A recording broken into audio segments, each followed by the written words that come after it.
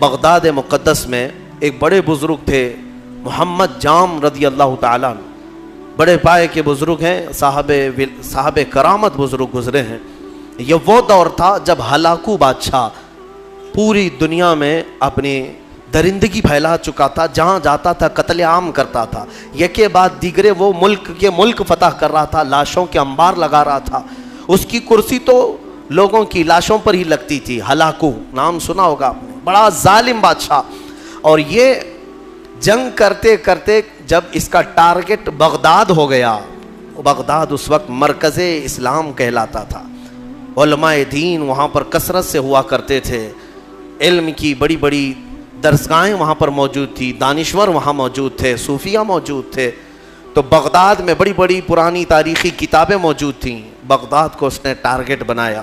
سنیے، بغداد کو جب ٹارگٹ بنا کر اپنی فوج لے کر وہ بغداد پر چڑھائی کرنے کے لیے نکلا تو بغداد سے کافی فاصلے پر پڑاؤ کیا، ابھی کافی دور تھا، اور اس نے اپنے 2 سپاہیوں کو بھیجا کہ بغداد کا معائنہ کر کے آؤ، دیکھ آؤ لوکیشن کیا کیسا ہے۔ تو اس کے سپاہی جب بغداد کے لیے نکلے تو لوگوں میں ہلچل مچ گئی، بہت سنسنی پھیل گئی کہ ہلاکو قریب آ چکا ہے اور بغداد کو تباہ کرنے والا ہے، کیونکہ سب تباہیاں انہوں نے دیکھ لی تھی۔ ہلاکو نے کیا کون سے شہر برباد کیے، کتنوں کا قتل عام کیا، وہ سب کو پتا تھا۔ تو بغداد کے اکثر لوگ دوڑے دوڑے حضرت محمد جام کے پاس آئے، کہا کہ آپ ہمارے رہبر ہیں، آپ ہمارے رہنما ہیں، اللہ والے ہیں، ہمیں بچا لیں، آپ دعا کریں۔ ہلاکو جیسا ظالم بغداد پر ٹوٹ پڑا ہے۔ وہ اس وقت بیٹھے ہوئے تھے، ان کے ہاتھ میں کھٹوری تھی۔ آپ نے وہ کھٹوری کو یوں پلٹ دیا اور کہا جاؤ اللہ حفاظت فرمائے، اللہ حفاظت فرمائے۔ لوگ چلے گئے۔ اللہ والوں کو اللہ تعالیٰ نے یہ اختیار دیا ہے، تصرف دیا ہے، اور ان کی اداؤں کو اللہ قبول بھی کرتا ہے۔ ہوا یہ کہ ہلاکو کے 2 سپاہی پورے راستے پر چھان مارتے رہے، ان کو بغداد نظر ہی نہیں آیا، وہ ڈھونڈتے رہ گئے، ان کو صرف میدان ہی میدان دکھتا تھا، کہیں بغداد دکھتا ہی نہیں تھا۔ وہ واپس لوٹے اور بادشاہ سے کہا کہ بغداد تو ہے ہی نہیں قریب، کہیں پر کوئی شہر ہی نہیں ہے، صرف اور صرف چٹیل میدان ہے۔ تو ہلاکو کو اتنا غصہ آیا ان کی بات پر کہ یہ جھوٹ بول رہے ہیں، دونوں کو اس نے قتل کر دیا۔ کہا جھوٹ بول رہے ہو تم، بغداد کے بالکل ہم قریب آئے ہوئے۔ دوسرے دن بغداد کو اپنے خاص 2 وزیروں کو بھیجا، کہا جاؤ تم دیکھ کر کے آؤ، عام سپاہیوں پر بھروسہ نہیں ہے۔ اپنے معتمد 2 وزیروں کو بھیجا، وہ جب آئے، دوسرا دن تھا، تو پھر لوگوں کو خبر چلی کہ آج ہلاکو کے 2 جاسوس اس کے مخصوص وزیر آ رہے ہیں۔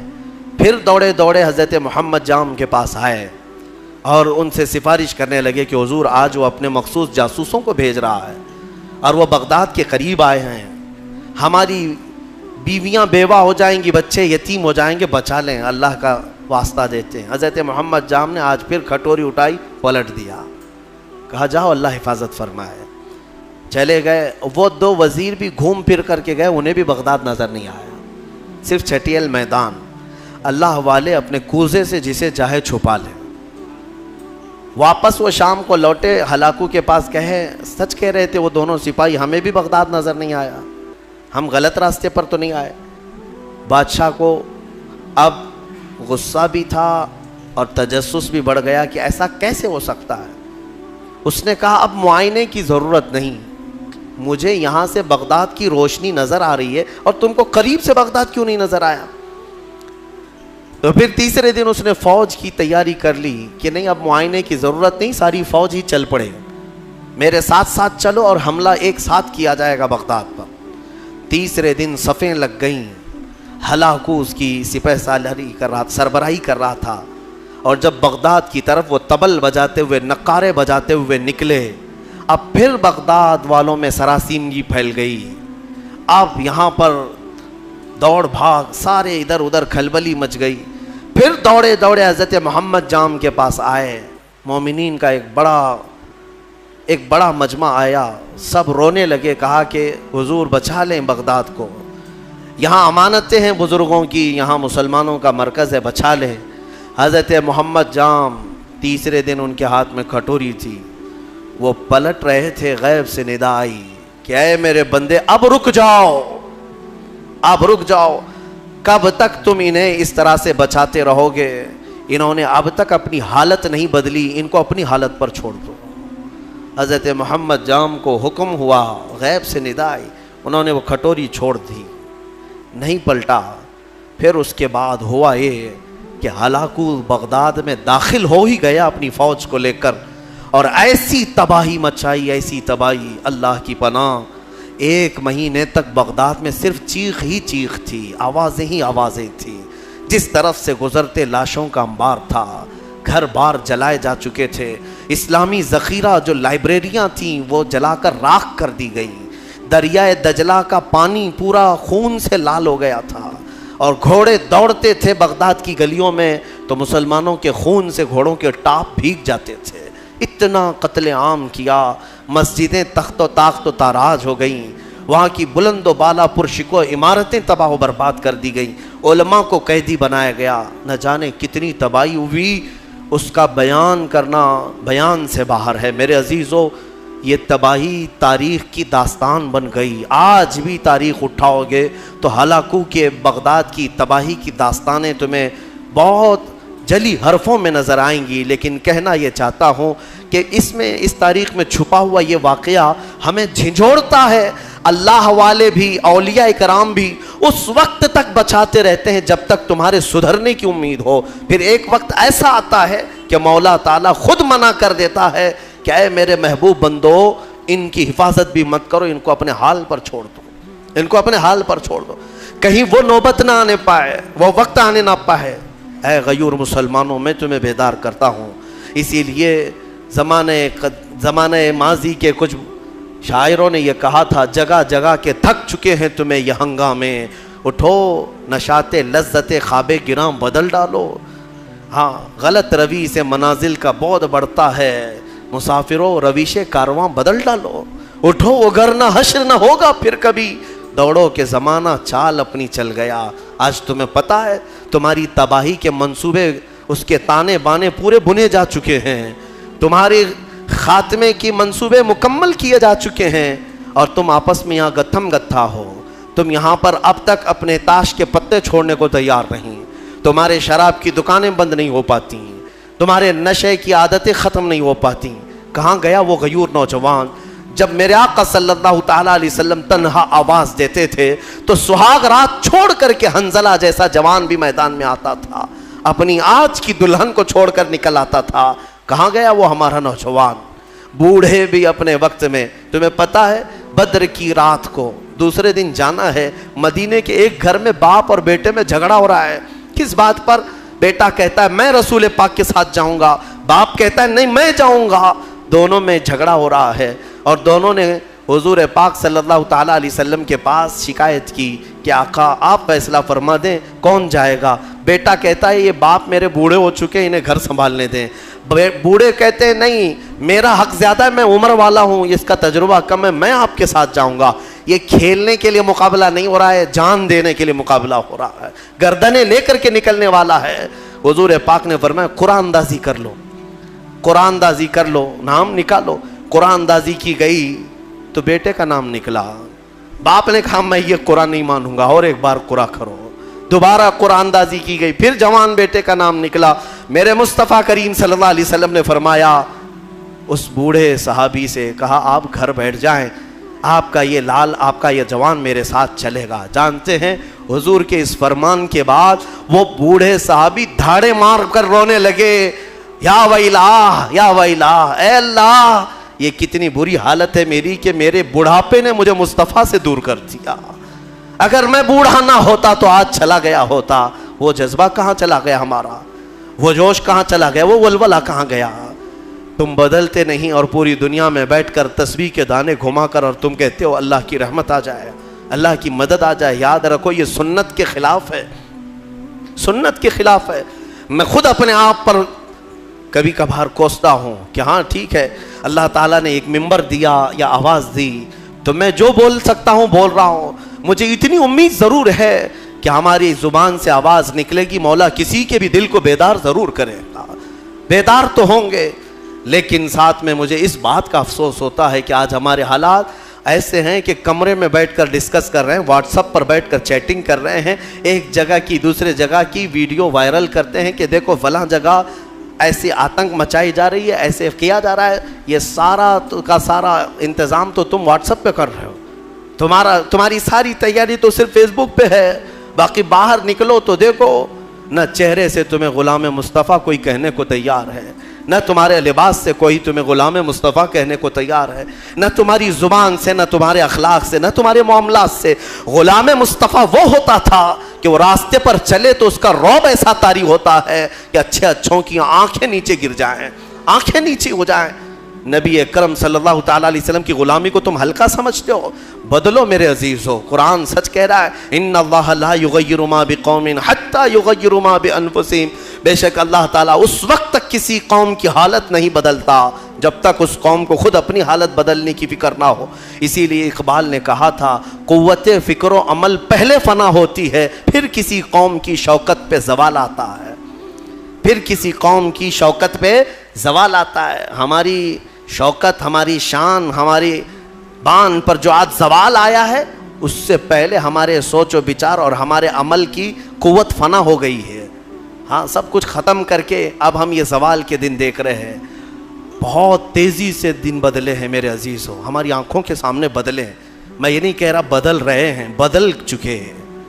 آج سے صرف 10 سال پہلے جاؤ، آج سے صرف 5 سال پیچھے بھی جاؤ، جو حالات تھے وہ آج بہت تیزی سے بدل چکے ہیں، اور پھر اگلے جو آئیں گے اتنے عرصہ بھی تمہیں مہلت نہیں دی جائے گی۔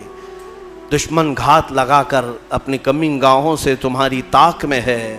اسی لیے میں نے کل بھی ایک جملہ کہا تھا کہ نشیمن سے دھواں اٹھتا ہے اور تم کہتے ہو ساون ہے، گھر میں آگ لگی ہے اور دھواں نکل رہا ہے اور تم کہہ رہے ہو ساون کا موسم چل رہا ہے۔ میرے عزیز بچوں، آج یہ گلی ڈنڈے کا وقت بھی نہیں، کرکٹ اور ہاکی اور فٹ بال کا وقت بھی نہیں ہے تمہارے پاس۔ تمہارے ہاتھوں میں قرآن عظیم آ جانا چاہیے، تمہاری زبانوں پر اب منغمات مصطفیٰ آ جانا چاہیے۔ تم پوچھو گے اس سے ہوگا کیا؟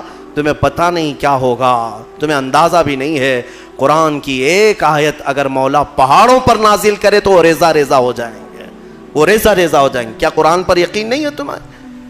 اللہ نے فرمایا، لو انزلنا هذا القرآن على جبل لرأيته خاشعا متصدعا من خشیۃ اللہ، اگر ہم یہ پہاڑوں پر نازل کرتے تو تم دیکھتے کہ اللہ کی خشیت سے یہ ریزہ ریزہ ہو جاتے۔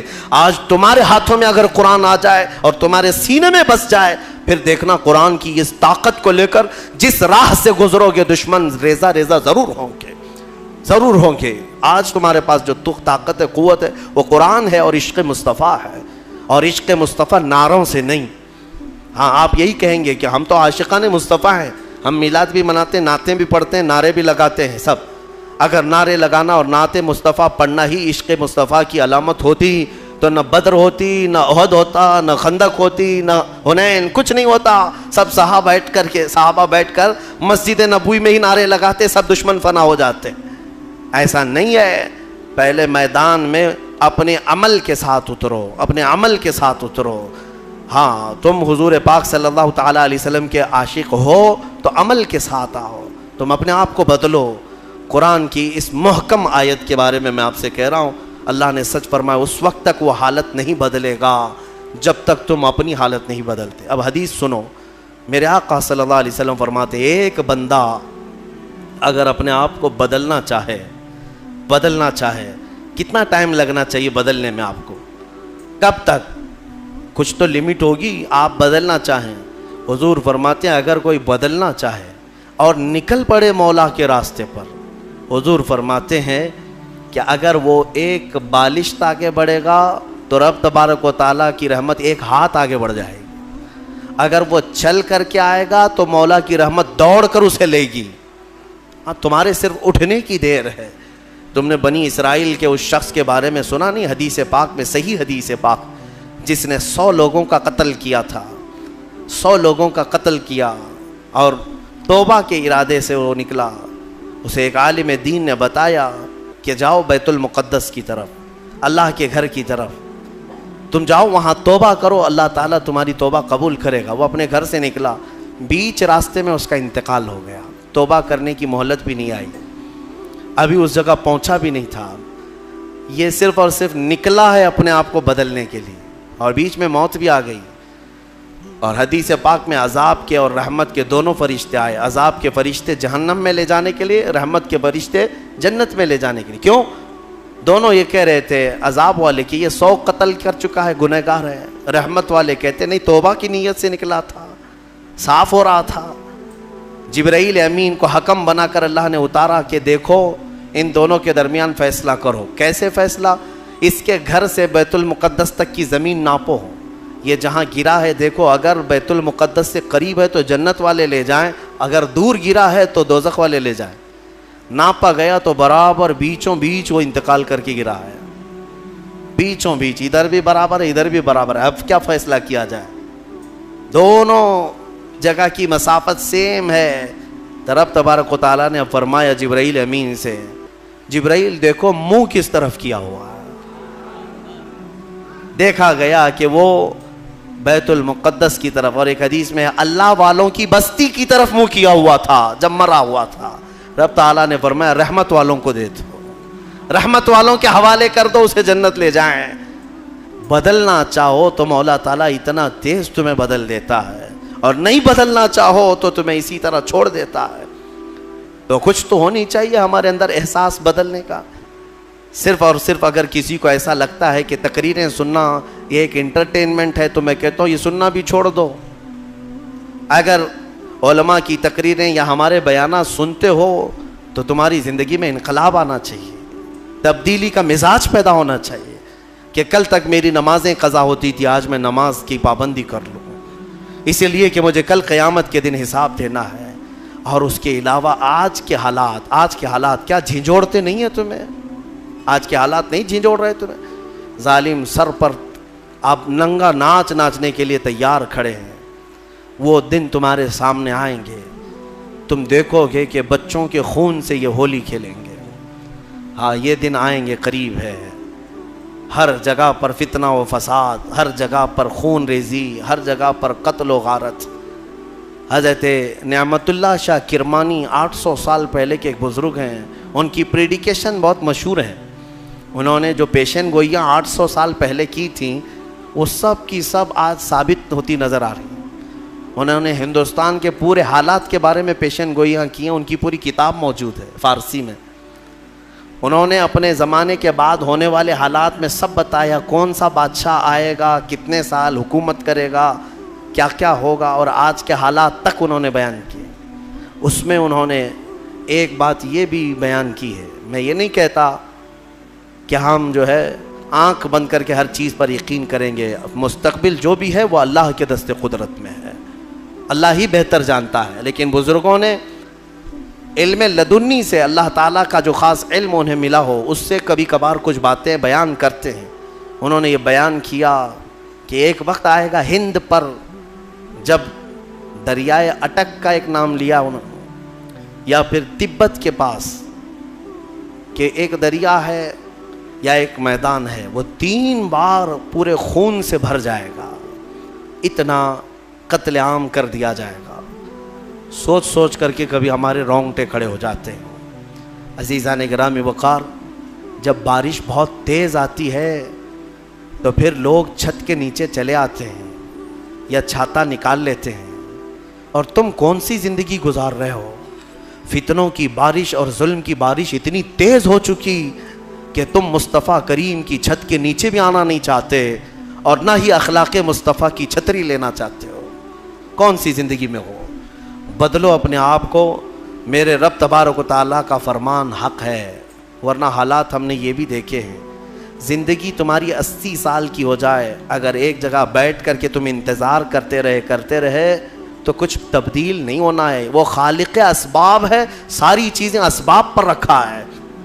مولا اگر چاہے تو ڈائریکٹ آسمان سے تمہارے منہ میں روٹی ڈال دے, لیکن اس کی مرضی ایسی نہیں.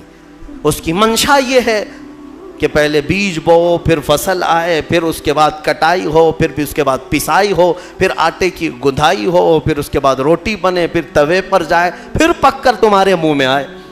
اتنی منزلوں سے گزار کر کے تمہارے منہ تک لاتا ہے. لیکن کیا وہ ان منزلوں کا محتاج ہے؟ وہ ڈائریکٹ تمہیں رزق کھلا سکتا ہے، لیکن اس نے پوری کائنات کو اسباب پر رکھا ہے۔ اس لیے میں تمہیں سمجھا رہا ہوں کہ صرف اور صرف تم اس یقین پر نہیں رہنا کہ ہم ان کا دامن پکڑیں، ان کا دامن پکڑیں، سب ہو جائے گا۔ دامن پکڑے رہو لیکن حرکت بھی کرتے رہو۔ ہاں، بغیر حرکت کیے، مثال کے طور پر سمندر میں آپ تیر رہے ہو، چاہے اچھے سے اچھے تیراک کا دامن پکڑے رہو اور اپنے ہاتھ پہ ڈھیلے چھوڑ دو، اس کو بھی لے جاؤ گے، میرے چینل کو لائک اس کے لیے کیا ہو جاؤ گے؟ سبسکرائب کریں، کمنٹ میرے عزیزوں